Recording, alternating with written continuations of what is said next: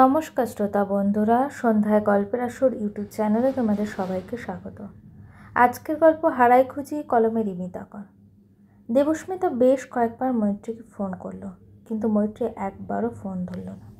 সে বেশ চিন্তায় পড়ল। কথা বলতে বলতে মৈত্রীর গলার স্বর ক্রমশ যেন বুঝে আসছিল। তাহলে কি মৈত্রী অসুস্থ বোধ করছিল নাকি অজ্ঞান হয়ে গেল? এভাবে কি কথাগুলো বলা উচিত হলো না? অজান্তেই কি মৈত্রীকে বড় আঘাত সে দিয়ে ফেলল? ইন্দ্র তাকে অমিত চেনে, এটা হয়তো না বললেই ভালো হতো। কিন্তু মেঘা যে ফোন করেছিল সেটা তো মা হিসেবে মৈত্রীর জানা দরকার। এমন নানা চিন্তা মাথায় নিয়ে দেবস্মিতা একেবারে অস্থির হয়ে পড়ল। অথচ মৈত্রীর ফোন নাম্বার ছাড়া তার কাছে একমাত্র মেঘার নাম্বার আছে। কিন্তু মেঘাকে তো কোনোভাবেই ফোন করা যাবে না। কি করবে ভাবতে ভাবতে দেবস্মিতার রাধিকার কথা মনে হলো। রাধিকা কলকাতায় আছে, সে যদি কোনো উপায় জানতে পারে মৈত্রী এখন কেমন আছে। রাধিকা এখন অফিসে, তবু নিরুপায় হয়ে দেবস্মিতা রাধিকাকে ফোন করলো। হ্যালো রাধা, তুই কোথায় এখন? গাড়িতে রয়েছি, অফিস যাচ্ছি। কি হয়েছে? আরে বড় মুশকিলে পড়ে গেছি, তাই ভাবলাম তুই যদি কিছু সাহায্য করতে পারিস। কি হয়েছে? মৈত্রীর সাথে কথা হয়েছিল, ওকে তো কিছুই বলা হয়নি। গতকাল সকালে মৈত্রীর সাথে 1 ঘন্টার উপর কথা হয়েছে। তো ইন্দ্রদা চলে যাওয়ার পর মৈত্রী আবার বিয়ে করেছে। বিয়ে না করার কোনো উপায়ও ছিল না। সে এক লম্বা ইতিহাস, শুনলে চোখে জল আসবে। যাই হোক, তা সেই ভদ্রলোক ডিভোর্সি। মৈত্রীর মেয়ের বয়সী তার একটা মেয়ে আছে, সে মায়ের কাছে থাকে। মাঝে মাঝে বাবার কাছে আসে। তবে সেই ভদ্রলোক খুব ভালো মানুষ, মৈত্রীর সুখে আছে। আমার নিজের কথাও ওকে বললাম। তো অমিত ভাবাতে 20 বছর কাজ করছে সে কথা বললাম। ও তখন বলল ইন্দ্রদা নাকি ভাবাতে কাজ করতো যখন নিরুদ্দেশ হয়েছে, কিন্তু আর কিছু বলল না। আরে এখন বিপদটা কি সেটা বল। হ্যাঁ বলছি, কাল রাতে জানিস তো হঠাৎ মৈত্রীর মেয়ে মেঘা আমাকে ফোন করেছিল। ওর বাবার কথা জানতে চাইছিল, বলল আঙ্কেলকে দাও। তারপর তো সে মেয়ে নাছোড়বান্দা, ওর বাবাকে অমিত চিনত কিনা, এখন তার কোনো খবর জানে কিনা, সব জানতে চাইছিল। এদিকে অমিত তো ইন্দ্রদাকে ভালো মতো চেনে, শুধু ইন্দ্রদা আমার বান্ধবীর বর ছিল সেটাও জানতো না। রিয়েলি? কি বলছিস? না, আমার গায়ে তো কাঁটা দিচ্ছে। অমিতটা সত্যি চেনে, মানে ইন্দ্রদা বেঁচে আছে?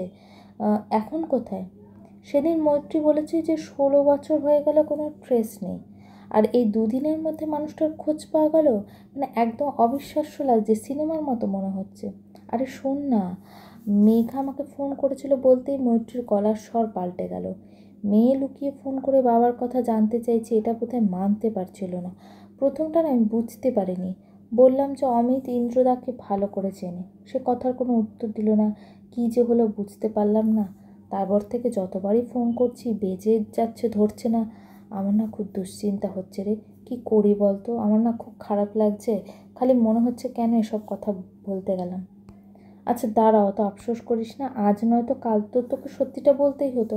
মৈত্রী এখন কোথায় থাকে কিছু বলেছে? না রে, কাল এত কথা হলো কিন্তু কোথায় থাকে জিজ্ঞেস করা হলো না।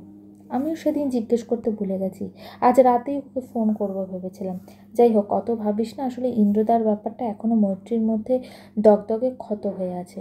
সেদিন আমাকে কথাগুলো বলতে বলতে সমানে কাঁদছিল। কিন্তু আমি ভাবছি অন্য কথা। ওর মেয়ে লুকিয়ে ফোন করলো কেন? মাকে না বলার কি আছে? আচ্ছা শোন, আমি এবার নামবো, অফিসে ঢুকে অন্য নাম্বার থেকে মৈত্রীকে ফোন করছি। তুই যে আমাকে সব বলেছিস সে কথা বলবো না। আমার মনে হচ্ছে মৈত্রী তোর ফোন ধরছে না, কারণ ওর হয়তো এই প্রসঙ্গে কথা বলতে ভালো লাগছে না। অচেনা নম্বর হলে হয়তো ধরবে। কথা বলে তোকে ফোন করবো। মনে করিস কিন্তু, ভুলে যাস না, খুব চিন্তায় আছি। মৈত্রী কতক্ষণ অচেতন হয়ে পড়েছিল নিজেও জানে না। চোখ খুলল ফোনের রিংটোনের শব্দে। মাথাটা এখন তার ভীষণ ভারী লাগছে। ফোন হাতে নিয়ে দেখলো অচেনা নাম্বার, ধরতে ইচ্ছে করছে না।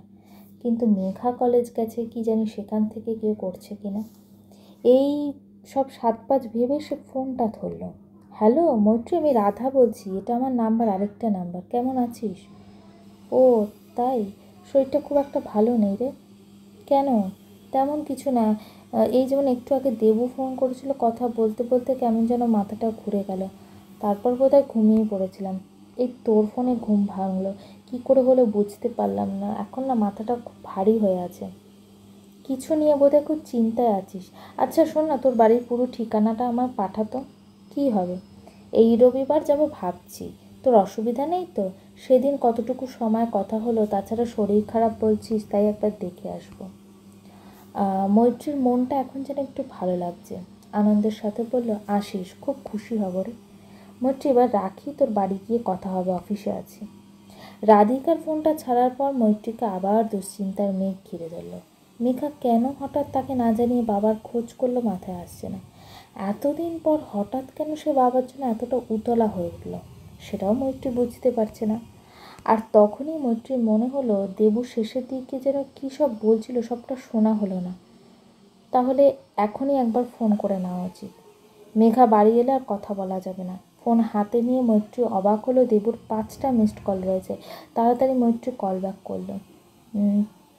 দেবু, সরি রে, তুই কতবার কল করেছিস, কিন্তু আমি শুনতে পাইনি। তোর সাথে কথা বলতে বলতে কী যে হলো, মাথা ঘুরে না বিছানায় পড়ে গেলাম। এখন ঠিক আছিস? আমি বুঝতে পেরেছি তোর শরীর খারাপ লাগছিলো, তাই চিন্তায় পড়ে বারবার ফোন করছিলাম। এখন শরীরটা ঠিক লাগছে। আচ্ছা শোন না, তুই কী বলছিলি, আমার শেষের দিকটা না শুনতে পাইনি। তাছাড়া তোর সঙ্গে আমার একটা পরামর্শও আছে। দেবস্মিতা একটু ঘাবড়ে গেল, তবে নিশ্চিত হলো অমিত যে ইন্দ্রদাকে চেনে সেটা মৈত্রী শুনতে পায়নি। কিন্তু এখন কি কথাটা বলা উচিত হবে? মনে হয় না, বরং অমিতের সাথে কথা বলে অন্য কোনো দিন মৈত্রীকে সময় নিয়ে বলবে। আবার যদি অসুস্থ হয়ে পড়বে। কী পরামর্শ রে? আজ মেঘাকে কি আমার জিজ্ঞেস করা উচিত ও কেন আমাকে লুকিয়ে তোকে ফোন করেছে? হ্যাঁ, জিজ্ঞেস করবি। বলবি আমি তোকে ফোনের কথা বলেছি। তাছাড়া জিজ্ঞেস করবি যে বাবার খবর নেওয়ার দরকার কী, যে বাবা তোকে ফেলে চলে গেছে তার বিষয়ে আগ্রহ প্রকাশের কী আছে। আমিও ভেবে দেখলাম যে তোকে ওর সাথে খোলাখুলি আলোচনায় বসতে হবে, জানতে হবে ও কী চায়। ও যদি বাবার সন্ধান পায় তাহলে কী করবে? মৈত্রীর শরীরে আবার যেন সেই অস্বস্তি ফিরে আসছে। তবে বুঝতে পারল যে দেবুর প্রত্যেকটা কথার যুক্তি আছে, তাকে মেঘাকে জিজ্ঞেস করতে হবে। এসব ভাবতে ভাবতে কলিং বেল বেজে উঠল। জানলা দিয়ে মৈত্রী দেখল মেঘা এসছে। সে ব্যস্ত গলায় বলল, দেবু এখন রাখি, মেঘা এসেছে, ওকে আমি সব কথা জিজ্ঞাসা করবো, এখন রাখছি। ফোনটা বন্ধ করে মৈত্রী দরজা খুলতে এগিয়ে যায়। মেঘা ঘরে ঢোকে। মেঘার চোখে মুখে এক রাশ বিরক্তি। মৈত্রী মেয়ের দিকে জলের গ্লাস এগিয়ে দিয়ে জিজ্ঞেস করল, কেমন লাগলো কলেজ? আজ কি তাড়াতাড়ি ছুটি হয়ে গেল?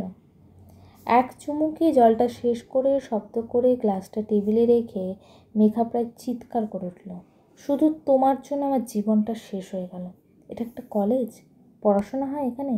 শুধু সাজগোজ, গান বাজনা আর শো অফ। যেন কে কত বড় লোক দেখানোর প্রতিযোগিতা চলছে, কারোর কোনো উচ্চাকাঙ্ক্ষা নেই। আমি কালকে ফিজিক্স অনার্স নিয়ে যে কোনো কলেজে ভর্তি হয়ে যাব। জানি ডেট পেরিয়ে গেছে, তবু চেষ্টা করবো। আমার মার্কস দেখে নিশ্চয়ই নিয়ে নেবে, না নিলে পরের বছর ভর্তি হব, তবু আর একটা দিনও ওই কলেজ যাব না। মেয়ের কথা শুনে ধপ করে বসে পড়ল মৈত্রী। গুনে গুনে 50,000 টাকা সে পরশু দিন জমা করেছে। অর্ণবকে কী উত্তর দেবে সে? মেঘা এখন কেন এসব বলছে? ভর্তির আগে তো জোর দিয়ে বলতে পারতো যে আমি কিছুতেই প্রাইভেট কলেজে ভর্তি হবো না। একটা মানুষের রক্ত জল করা পয়সা মেঘার এতটুকু মানে নেই? কী মনে করেছে সে? মৈত্রীর মাথায় হঠাৎ আগুন জ্বলে উঠল।